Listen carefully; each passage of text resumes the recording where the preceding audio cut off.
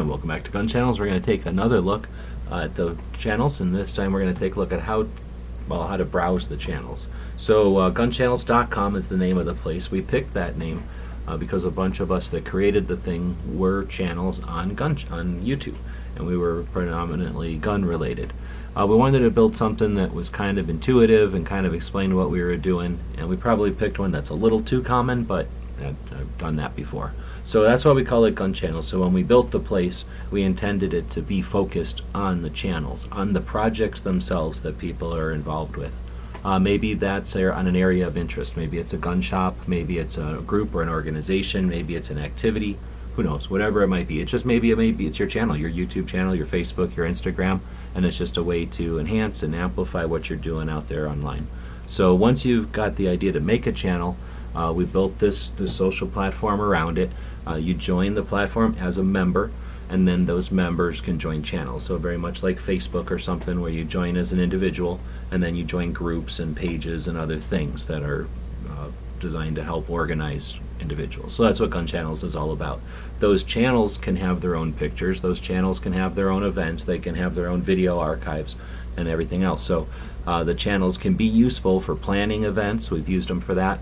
Channels can be great for archiving information. That's what I hope people use it for. They can also be good for creating real life events, like some of the 2A summits and things that people, or the 2A rallies that people have worked on.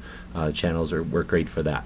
So let's dig in. When you're on Gun Channels, at the top of every screen you're going to see this menu. It's consistent, and channels is the first thing. What do you know? When you go to channels, there's a couple of different ways you can browse or search around, and the page that it'll open up to is what you call the pin board. It's just a real easy graphical interface. There's nothing to it. Just scroll down and you'll get a kind of a browse or a surf of the different stuff that's out there, and it's sorted probably by popularity, maybe probably by featured channels first and then popularity, but you get a pretty random assortment of what's going on there. But if you're looking for something in particular or an area or whatever, we can look through the channels in different ways. And if you look at the top of this area of Gun Channels, you'll see there's a menu, so we can go to the home of the channels area, and instead of seeing just a graphical view, what we'll see is a more structured view. So we can go through and choose by category. The channels are all divided up or organized by category, and you can browse by other things like the most recent or the most popular, most viewed. You can then go in and search by individuals, like a person who might have created a series of channels. You can see what they're up to. So that's one way of searching for them. You can search graphically, I guess. If we went over to locations, we can see where those channels are. Sometimes that's interesting to see just how big a community Gun Channels is. If people choose to put a location along with their channel when they create it, it'll get put on the map here, and it's kind of neat.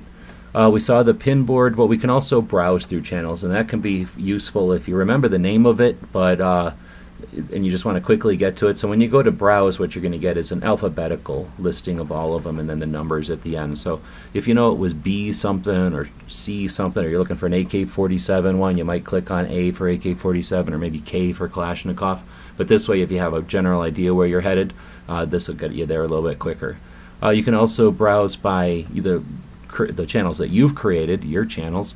You can also go in and check out the video and audio, the video and photo albums of the channels. I guess I haven't looked over here, but you can also dig into the documents or polls or events that the channels might have listed. So lots of different ways to navigate through the many channels we have over on Gun Channels. I think there's many hundreds of them. I haven't counted them recently.